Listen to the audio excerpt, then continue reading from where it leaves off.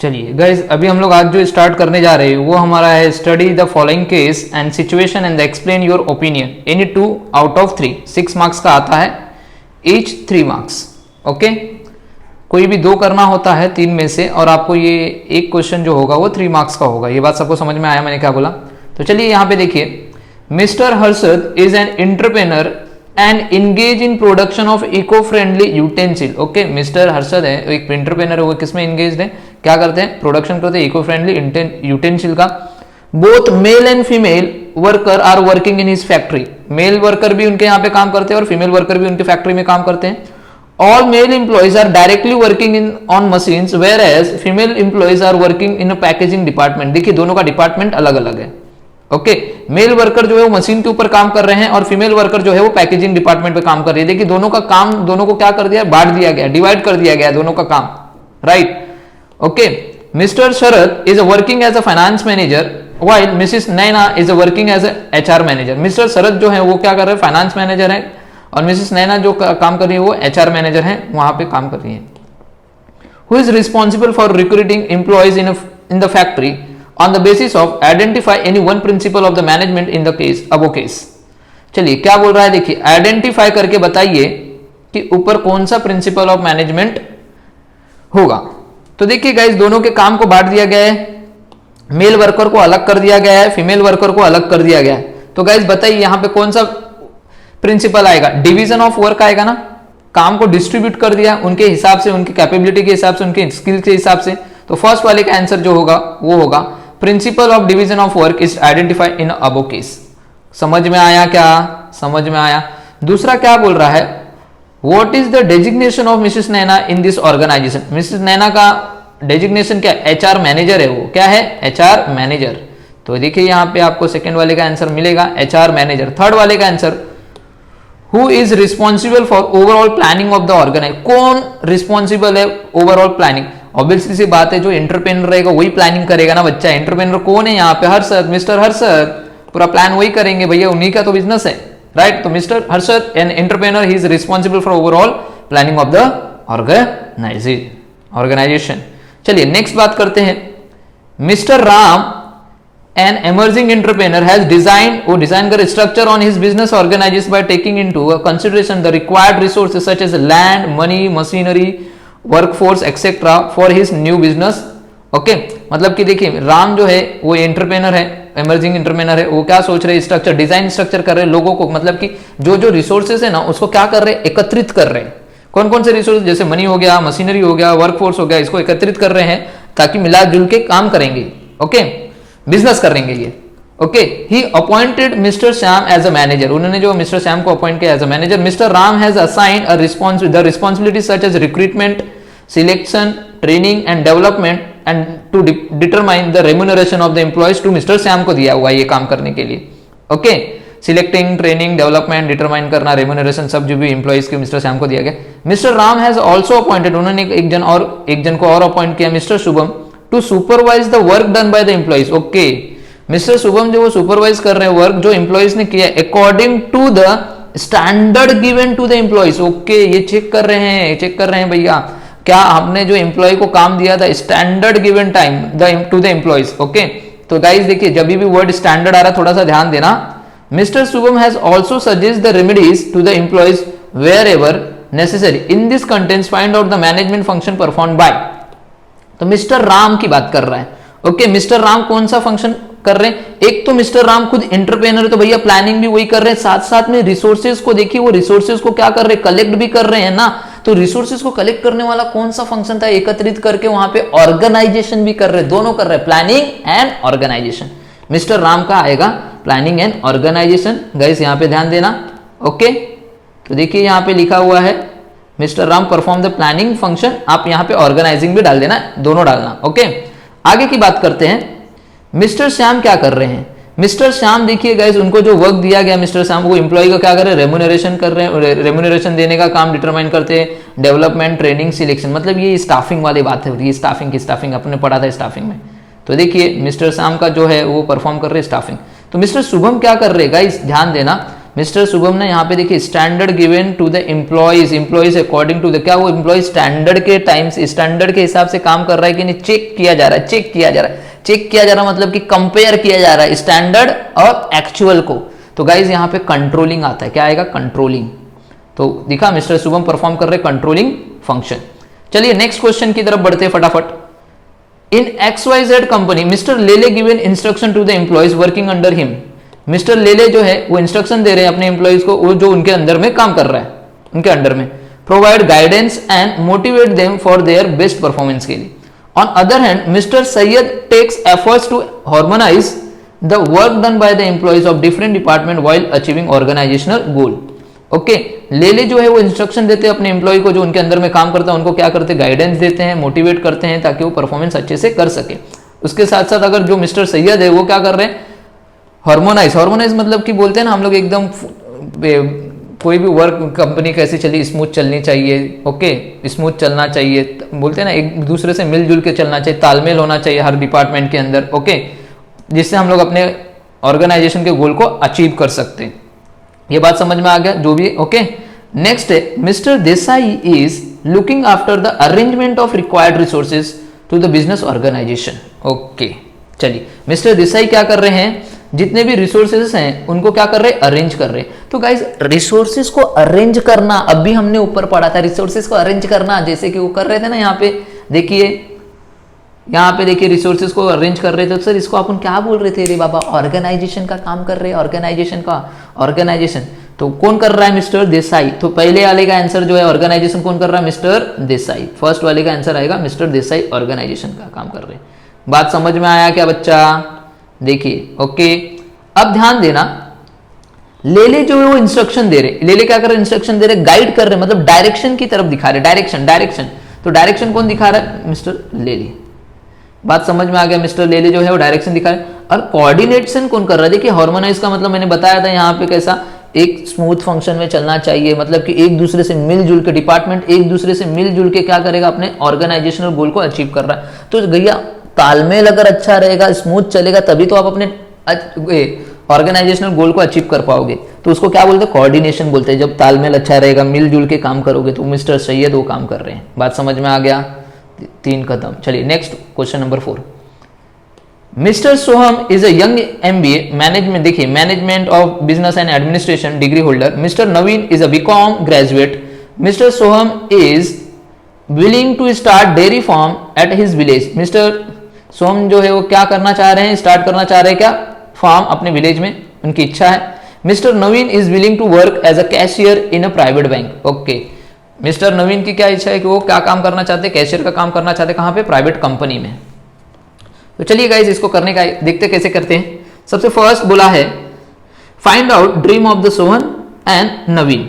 Okay, तो चलिए guys बात कर लेते हैं हम लोग। देखिए सोहम का ड्रीम ऑफ सोहम बिकम, देखिए एक तो पहली बात तो बताइए, ये जो सोहम है वो क्या बनेगा भैया, फार्म खोल रहा, मतलब फार्म खोल रहा है तो मतलब कि भैया बिजनेसमैन बनेगा, एक एंटरप्रेन्योर बनेगा। और ये क्या कर रहा है भाई, ये एक एम्प्लॉय का काम करेंगे, किसी के अंडर में काम करेंगे, तो वही है। तो देखिए यहां पे समझ में आया। तो देखिए dream of Soham is to become entrepreneur, बनना चाहते हैं Soham. And whereas the dream of Naveen is willing to take a job as a cashier in a private company, ये जॉब करना चाहते हैं। बात समझ में आया। अभी बात कर रहा है next, state any one feature of entrepreneur, entrepreneur का एक फीचर के बारे में बताइए। तो ऑब्वियसली सी बात है भाई, बहुत पढ़े थे हम लोग, एंटरप्रेन्योर कैसा होता है। तो एंटरप्रेन्योर कैसा होता है भैया, उसके पास इंटेलेक्चुअल होता है, कैपेबिलिटीज होती है उनके पास, हार्ड वर्कर होते हैं, रिस्क बियरिंग कैपेसिटी होती है उनके पास। बात समझ में आ गया। तो गाइज देखिए सारी चीजें वही है। ओके, तो देखिए इंटेलेक्चुअल कैपेबिलिटीज उनके पास होती है, हार्ड वर्कर होते हैं वो लोग, रिस्क बियरिंग कैपेसिटी होती है, are the feature of entrepreneur. बात समझ में आ गया। आगे बोला है to become a successful entrepreneur which quality mister Soham should have. Okay, तो चलिए उनके पास कौन सी क्वालिटी होनी चाहिए भैया, तो सोहम शुड हैव कॉन्फिडेंस होना चाहिए, ओपन माइंडेड होने चाहिए वो बंदे, कॉम्पिटिटिव होने चाहिए, क्रिएटिविटी होनी चाहिए। बात समझ में आ गया गाइस। तो क्वेश्चन नंबर 4 तक खत्म हो गया। 5 देखिए, miss Harshali has started new business 2 years ago, इन्होंने 2 साल पहले अपने बिजनेस को स्टार्ट किया।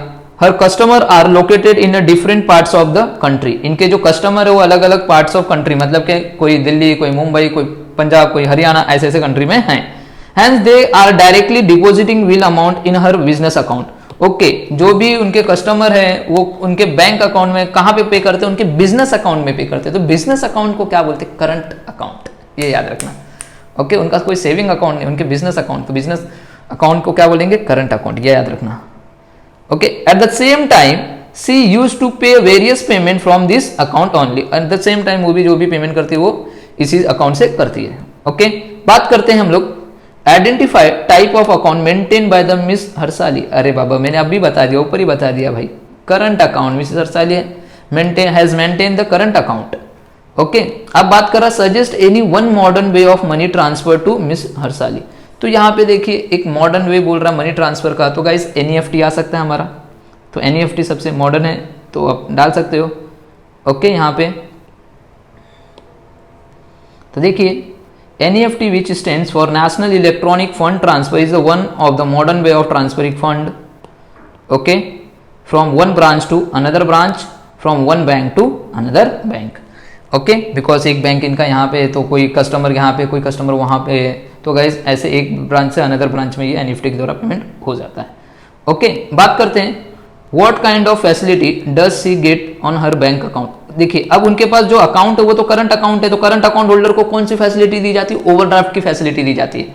ओके, कौन सी फैसिलिटी दी जाती है, ओवरड्राफ्ट फैसिलिटी। बात समझ में आ गया, तो गाइस क्वेश्चन नंबर 5 भी कंप्लीट। चलिए, mister Jagan is a salaried person, ये कौन है, एक सैलरीड पर्सन है। He wants to take a policy for his 2 children which assures their protection as well as complete their financial needs once they become a major by age। Okay, mister Jagan एक salaried person है, वो चाहते हैं कि वो ऐसी कोई policy ले जिससे उनके दो बच्चे हैं ना, उनको भरोसा, मतलब कोई एश्योरेंस दिला सके कि उनका प्रोटेक्शन हो सके, बच्चों को प्रोटेक्शन हो सके, फाइनेंशियल नीड्स की जरूरत उनको जब तक वो मेजर ना हो जाए तब तक उनको फाइनेंशियल नीड्स की अगर जरूरत पड़ती है तो वो ऐसी कोई पॉलिसी लेना चाहते हैं। ओके, तो आप उनको सजेस्ट करके बताइए कौन सी पॉलिसी वो लेंगे। तो suggest him a policy which can satisfy the requirement of his children. तो बताइए कौन सी पॉलिसी उनको लेनी चाहिए। ओके जी, ओके, तो चलिए देखते हैं। तो देखिए यहाँ पे mister Jagan should take child insurance policy to satisfy the requirement of his child. उनको चाइल्ड इंश्योरेंस पॉलिसी लेना पड़ेगा। ओके, बच्चे अभी छोटे हैं। Okay, and who are the beneficiaries of the policy. इस पॉलिसी के बेनिफिशियरीज कौन होगा, भैया बच्चे ही होंगे ना, चाइल्ड होंगे उनके। कौन होगा in child insurance policy, child of the insured person are the beneficiaries, right. जो इंश्योर्ड पर्सन है उसके बच्चे ही होंगे, राइट। आगे बोल रहा है in above cases which principle is involve. Okay okay, कौन सा प्रिंसिपल इन्वॉल्व है, ओके याद करो रे बाबा, प्रिंसिपल ऑफ, आप कौन सा बोल रहे, बोलो कौन सा प्रिंसिपल है भैया, प्रिंसिपल ऑफ इंश्योरेबल इंटरेस्ट। क्यों, वो जो इंसान है उसका जो इंटरेस्ट उनके बच्चों में है, इसलिए उन्होंने अपने बच्चों का क्या किया है, इंश्योरेंस निकाला है। तो principle of insurable interest is involve. बात समझ में आ गया। चलिए नेक्स्ट क्वेश्चन देखते हैं। Mister Amit is a businessman, he has his own factory in Pune and Nashik. Okay, ध्यान से सुना, मिस्टर अमित एक बिजनेसमैन है, उनकी खुद की फैक्ट्रीज है, कहाँ पे, एक पुणे में और नासिक में। ही लिव्स इन पुणे, वो कहाँ रहते हैं, पुणे में रहते हैं, with his wife and 2 daughters, जिसकी एज 5 है और एक 8 years है। ओके, आगे क्या बोल रहा है, क्वेश्चन क्या है देखिए, can mister Amit take a life insurance policy for his wife and 2 children। Yes guys, yes, ले सकते हो लाइफ इंश्योरेंस पॉलिसी, वाइफ के लिए भी ले सकते हैं और 2 बच्चे जो है उनके लिए भी ले सकते हैं। तो देखिए यहाँ पे क्या लिखा है, mister Amit can take whole life policy, या फिर वो टर्म इंश्योरेंस पॉलिसी ले सकते हैं अपनी वाइफ के लिए, दोनों में से कोई भी पॉलिसी ले सकते हैं। एंड चाइल्ड इंश्योरेंस और मनी बैक पॉलिसी वो अपने 2 बच्चों के लिए ले सकते हैं। ओके, समझ में आया। Can mister Amit take a marine insurance policy for his factory. Factory के लिए मरीन इंश्योरेंस तो नहीं होता यार, मरीन इंश्योरेंस तो जो वेसल होती है, जो पानी में चलती है जहाजें, बड़ी बड़ी शिप, उनके लिए मरीन इंश्योरेंस निकालते हैं और उनके ऊपर जो लदा हुआ कार्गो रहता है उसके लिए। फैक्ट्री के लिए तो नहीं होता भाई, ये बात समझ में आ गया। Mister Amit can not take a marine insurance policy for his factories. आगे बात कर रहा है, which type of insurance should mister Amit take for protecting his factories from loss due to fire. Okay, कौन से टाइप का इंश्योरेंस उनको लेना चाहिए जिससे उनकी फैक्ट्रीज को जो भी है लॉस ड्यू टू फायर से बच सके, प्रोटेक्ट हो सके। तो चलिए गाइस देखते हैं। ओके, तो ऑब्वियसली सी बात है गाइस, एक तो पुणे में है और एक नासिक में है, तो गाइस दोनों अलग अलग लोकेशन में है ना रे भैया। तो फायर में ऐसा सुना था सर फ्लोटिंग पॉलिसी लेते, फ्लोटिंग वाली पॉलिसी। क्या होता है फ्लोटिंग पॉलिसी? फ्लोटिंग पॉलिसी यही होता है कि भैया आप ना, आपके जो भी आपके जैसे कि आपका जो गोडाउन है, एक मुंबई में, एक पुणे में, एक यहाँ पे, एक वहाँ पे, तो सारे जगह पे जाग के पॉलिसी सारे जगह पे मत लो, एक ही बार पॉलिसी ले लो सबका, और एक ही बार पूरा प्रिंसिपल अमाउंट जो भी है, प्रीमियम जो है, प्रीमियम आपका, सॉरी, प्रीमियम आप एक ही बार में पे करते हो। ओके, बात समझ में आ गया? एक ही सम एश्योर्ड में आप पूरा का पूरा प्रीमियम पे करते हो, तो इसको बोलते हैं फ्लोटिंग पॉलिसी। अलग अलग जगह पे आपका लोकेशन पे अगर गोडाउन है तो सबका एक ही बार में आप निकाल के एक ही बार में प्रीमियम पे करते हो। तो ये हो गया फ्लोटिंग पॉलिसी की, उनका पुणे में भी है और नासिक में भी, अलग अलग लोकेशन में है ना। ओके, तो हम बोल सकते हैं mister Amit can take a floating fire insurance policy for protecting his factories from loss due to fire. बात समझ में आया? चलिए आगे बात करते हैं। 8. Mr. Sharan is a successful manufacturer. He is having a production unit at a various location. इनका जो production unit various location पे, he is having multiple production unit. He has a large stock of raw material and finished goods. उनके पास large stock of raw material है, finished goods भी है. He is worried about the safeguarding goods from any unwanted financial loss. उनको अब हमेशा चिंता रहती है कि कैसे हमें मेरे goods को बचा पाऊँ कि कभी unwanted financial loss हो गया तो, कुछ हो गई घटना तो ये सब goods कहाँ पे रखूँ, राइट? ओके, आगे बोला है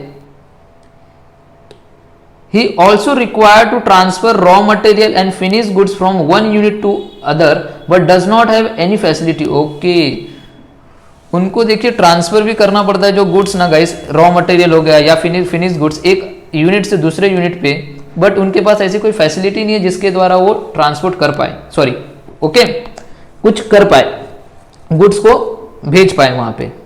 he also require a fund for expansion, उनको पैसे की भी जरूरत है कि अपने बिजनेस को एक्सपांड कर सके। तो देखिए गाइस सिंपल सी चीज है, name the service which will help him the safeguard goods from any damage.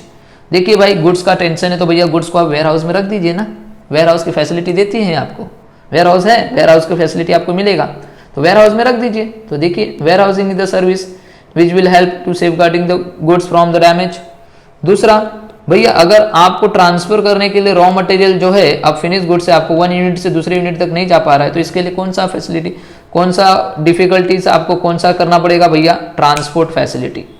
क्या आएगा? Transport.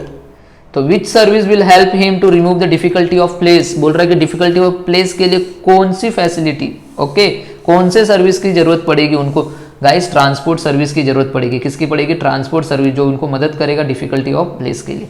From which service sector will he get financial support, कौन सा सर्विस जो है सेक्टर है जो उनको फाइनेंशियल सपोर्ट देगा? बैंक देगा ना, बैंक से लोन लेंगे भैया वो, बैंक से। बात समझ में आ गया? चलिए next. Abhay purchases some gift article online from www.flipkart.com से। At the same time Sheetal purchase a gift from ebay.com।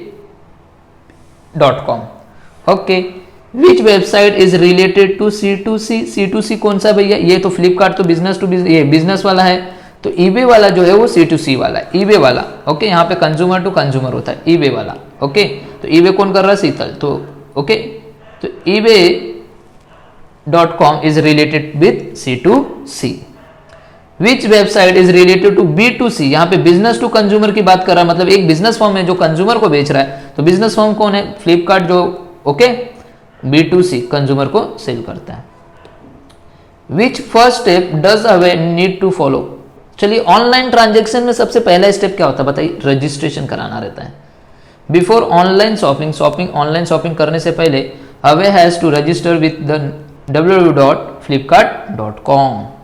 बात समझ में आया मेरा मुन्ना, मेरा राजा? चल आगे देखो बे, चलिए ओके। सात्विक purchases watch from Titan shop, कहां से परचेस किया? टाइटन के शॉप से परचेस किया। And his friend okay Shambhavi purchases watch from online shopping site. एक ने टाइटन शॉप से परचेस किया और दूसरे ने ऑनलाइन परचेस किया। Which shopping is from traditional business? दोनों में से कौन सा शॉपिंग जो है ट्रेडिशनल मतलब पुराना टाइप का बिजनेस, ओके कौन सा है भैया? तो देखिए यहाँ पे Titan shop is example of traditional business, Titan shop जो है वो ट्रेडिशनल बिजनेस है। एंड बोला है दूसरा, विच टाइप ऑफ, सॉरी दूसरा बोल रहा है which shopping is from e business, e business कौन सा भैया, ऑनलाइन वाला इलेक्ट्रॉनिक बिजनेस। ओके, तो देखिए वो कौन कर रहा है, Sambhavi purchases watches from online shopping sites from e business. चलिए okay, which business involve high risk, दोनों में से कौन से बिजनेस में हाई रिस्क है भैया, ई बिजनेस में ऑब्वियसली सी बात है हाई रिस्क रहता है, किसमें, ई बिजनेस में। और ई बिजनेस कौन सा है भैया, ऑनलाइन बिजनेस। कौन सा है ई बिजनेस, ऑनलाइन बिजनेस। तो ऑनलाइन शॉपिंग में आपको हाई रिस्क देखने को मिलेगा। बात समझ में आ गया। चलिए 11th देखिए। Okay, Mr Ved made his payment by cheque, at the same time Mr Shlok made his payment by fund transfer. Okay, Mr Ved है जो पेमेंट करते हैं बाय चेक के द्वारा, एंड उसी टाइम पे मिस्टर श्लोक जो है वो पेमेंट करते हैं by the fund transfer. In this situation बोला है हुज पेमेंट इज फास्टर, दोनों में किसका पेमेंट, भैया चेक के द्वारा पेमेंट किया तो चेक 2-3 दिन के बाद क्लियर होता है, अगर आपने फंड ट्रांसफर किया तो तुरंत हो जाता है भैया आपका। तो बताइए फास्ट किसका रहेगा भैया, फंड ट्रांसफर। फंड ट्रांसफर कौन कर रहा है, मिस्टर श्लोक, तो मिस्टर श्लोक आएगा answer.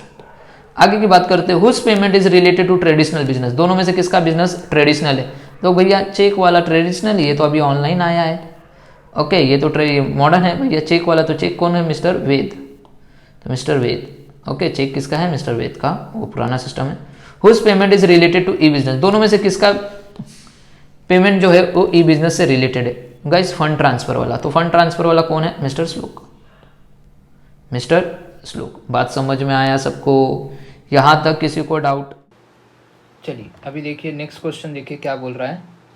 Okay, Yashwant company limited is providing facility for their female staff. Okay, वो फैसिलिटी प्रोवाइड कर रहा है अपने फीमेल स्टाफ के लिए, like day care centre for kids and work from home facility दे रहा है उनको। ओके, आगे बोल रहा है even management takes their suggestion while taking the decision though they are a member of trade union. Okay, अभी क्या बोल रहा है यहाँ पे ध्यान देना, यहाँ तक कि अगर जो मैनेजमेंट भी है निर्णय लेते समय उनके सुझाव लेता है। ओके, हालांकि उन लोग कौन है, ट्रेड यूनियन के सदस्य हैं ये लोग। आगे हमको क्या बोल रहा है देखिए ध्यान से, क्या क्या करने के लिए बोल रहा है यहाँ पे। पहले बोला क्वेश्चन क्या है, by doing this they are following social responsibility towards which interest group. Okay, by doing this, इसके अनुसार ये जो क्वेश्चन पढ़ने के, बताइए वो कौन सी सोशल रिस्पॉन्सिबिलिटी को फॉलो कर रहा है। ओके, विच इंटरेस्ट ग्रुप, जैसे कि इन्वेस्टर है, ओनर्स है, एम्प्लॉयज़ है, कौन से इंटरेस्ट के लिए, एम्प्लॉयज़ के लिए गाइस, किसके लिए, अपने एम्प्लॉयज़ के लिए। तो they are followed the social responsibility towards employees. Okay, चलिए नेक्स्ट क्वेश्चन देखिए क्या बोल रहा है, what values they are presenting, कौन सी वैल्यूज प्रेजेंट करें भैया, सोशल वैल्यूज प्रेजेंट कर रहे हो लोग, क्या कर रहे हैं, सोशल वैल्यूज। तो कौन सी company, Yashwant limited company, presenting the social values providing facility to their female employees. आगे क्या बोल रहा है, what kind of responsibility employer follow in the above case, कौन सी kind of responsibility employer follow कर रहा है अबोव केस में। तो देखिए सिंपल सा है गाइस, तो देखिए क्या बोला, management takes employees suggestion while taking decision even they are a member of trade union. Right, जब भी डिसीजन लेते वो लोग किससे, ओके डिसीजन लेते टाइम किससे बातचीत करते वो लोग, मेंबर ऑफ एम्प्लॉय से भी डिसीजन लेते टाइम सजेशन लेते हैं। दस the employer follow the social responsibility towards employees. Okay, आगे बात करते हैं, ये देखिए अक्टूबर 2021 में आया हुआ क्वेश्चन है। Okay, an organization manufacturing paints has been enjoying दिख रहा prominent market position since many years. Okay, एक ऑर्गेनाइजेशन मैन्युफैक्चरिंग पेंट करती है, ओके वो प्रोमिनेंट मार्केट पोजीशन है कुछ, ओके सिंस मेनी ईयर्स से। ओके, प्रोमिनेंट मतलब भाई उच्च स्तर पे। Okay, it has been dumping untreated okay poisonous waste in on the river bank. Okay, वो डंप कर रही है, ओके पॉइजनस वेस्ट जो है वो कहाँ पे डंप कर रही है, रिवर बैंक में, मतलब नदी किनारे या नदी में। ओके, विच हैज़ क्रिएटेड, जिससे क्रिएट क्या हो रहा है, many health problems for the nearby villages के लिए। ओके, तो देखिए क्या बोल रहा है, which responsibility is neglected by the paint manufacturing organisation. Okay, तो बताइए कौन सी रिस्पॉन्सिबिलिटी को निगलेक्ट कर रहे, क्या कर रहे भैया, देखिए तो सबसे पहला भैया ये हमारे इन्वायरमेंट को प्रोटेक्शन जो है उसको ये निगलेक्ट कर रहे। ओके, तो देखिए क्या आ जाएगा, responsibility towards protection of environment. Okay, responsibility towards protection of environment को ये निगलेक्ट कर रहे हैं। आगे की बात कर रहे हैं, what kind of pollution they are creating, किस टाइप का pollution they are creating, river bank मतलब पानियों के द्वारा होने वाला। ओके, तो इसको हम लोग बोल सकते हैं वाटर पोल्यूशन। आगे बोल रहा है mention any one okay precautionary measures they need to take. Okay, कोई बात नहीं। तो देखिए, proper waste management technique should be adopted by the organization, उनको एक proper waste management technique adopt करनी चाहिए ऑर्गेनाइजेशन को, under which waste should be reduce. Okay, waste को क्या करना पड़ेगा, उनको होना चाहिए रिड्यूस करना चाहिए। Effort should be made to reuse the wastage, उनको एफर्ट भी डालना चाहिए ताकि उसको हम लोग री यूज़ कर सके वेस्टेज को। And waste that can not be reduce, तो वेस्ट हम लोग को रिड्यूस नहीं कर सकते या फिर वो री यूज़ नहीं हो सकता, शुड भी उसको रिसाइकल कर दो। समझ में आया? चलिए नेक्स्ट बात करते हैं। A vehicle manufacturing company has adopted the following practices. देखिए क्या बोल रहा है, only those components will be used by the company which are environmental friendly, ये वही कंपोनेंट यूज़ करेंगे कंपनी जो इन्वायरमेंटल फ्रेंडली हो। नेक्स्ट क्या बोल रहा है, there will be discharge of harmful waste only after their proper treatment. Okay, वो डिस्चार्ज करेंगे हार्मफुल वेस्टेज को, उसको प्रॉपर ट्रीटमेंट के साथ उसको हार्मफुल वेस्टेज को ये लोग डिस्चार्ज करेंगे। ओके, प्रॉपर ट्रीटमेंट के साथ, ऐसे कहीं पे भी नहीं फेंकेंगे उसको। ओके, नेक्स्ट बोला है pollution level of every vehicle will be maintain as per the international standard. Okay, बोल रहा है कि जितनी भी व्हीकल्स उनके पास रहेंगी उनको उनके जो भी पोल्यूशन रहेगा वो इंटरनेशनल स्टैंडर्ड के हिसाब से मेंटेन रखी जाएगी पोल्यूशन लेवल उसका। ओके, तो देखिए क्या बोल रहे हैं यहाँ पे क्वेश्चन। ओके, तो देखिए फटाफट देखते हैं।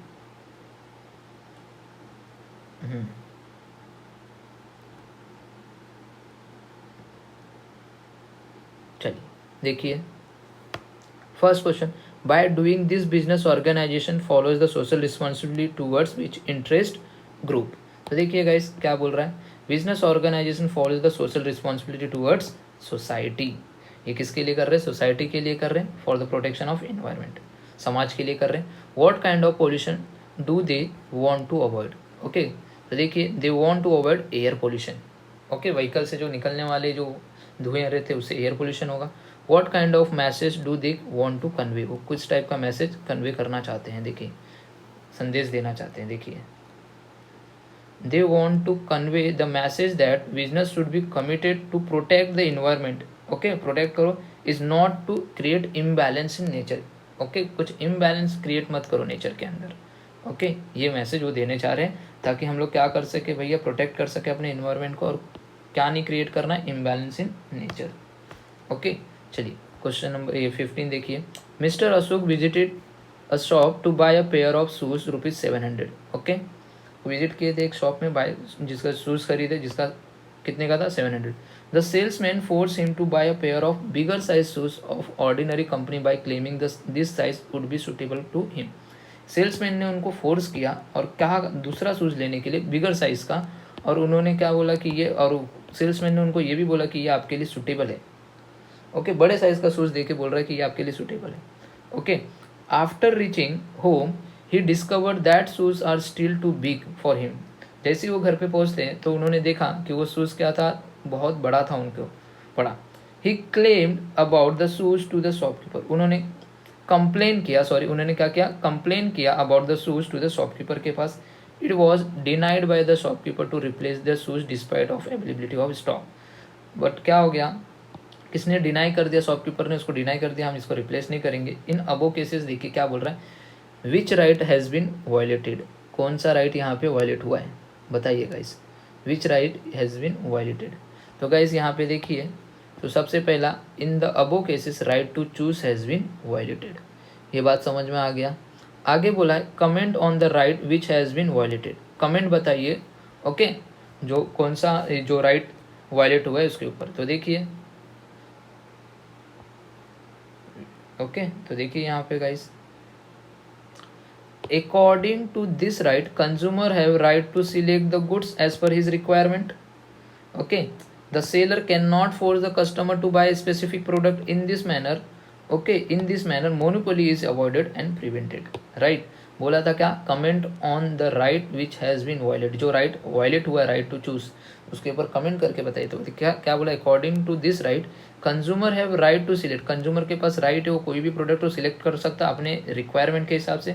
The seller can not force, seller उसको फोर्स नहीं कर सकता कस्टमर को to buy specific product. In this manner अगर हम बात करें तो ऐसे क्या होगा, ये मोनोपोली इज अवॉइडेड, यहाँ पे मोनोपोली अवॉइड करना पड़ेगा, and prevented. Okay, where can mister Ashok file his complain, कहाँ पे मिस्टर अशोक अपनी फाइल को कंप्लेन करेंगे अब। ओके, तो देखिए, according to right to hear mister Ashok can lodge the complain to appropriate consumer commission में जाके अपनी कंप्लेन को करेंगे। बात समझ में आ गया। चलिए next, Mrs Meera, a resident of Nagpur district, bought a washing machine worth ₹50,000 without cash memo with warranty period of 2 years। देखिए क्या बोल रहा है, मिस मीरा है, रेसिडेंट है नागपुर डिस्ट्रिक्ट की, उन्होंने खरीदा है वॉशिंग मशीन, कितने रुपए का, 50,000 का, कोई कैश मेमो रिसिप्ट उन्होंने नहीं लिया, कोई वारंटी पीरियड ऑफ 2 years का कुछ भी नहीं लिया।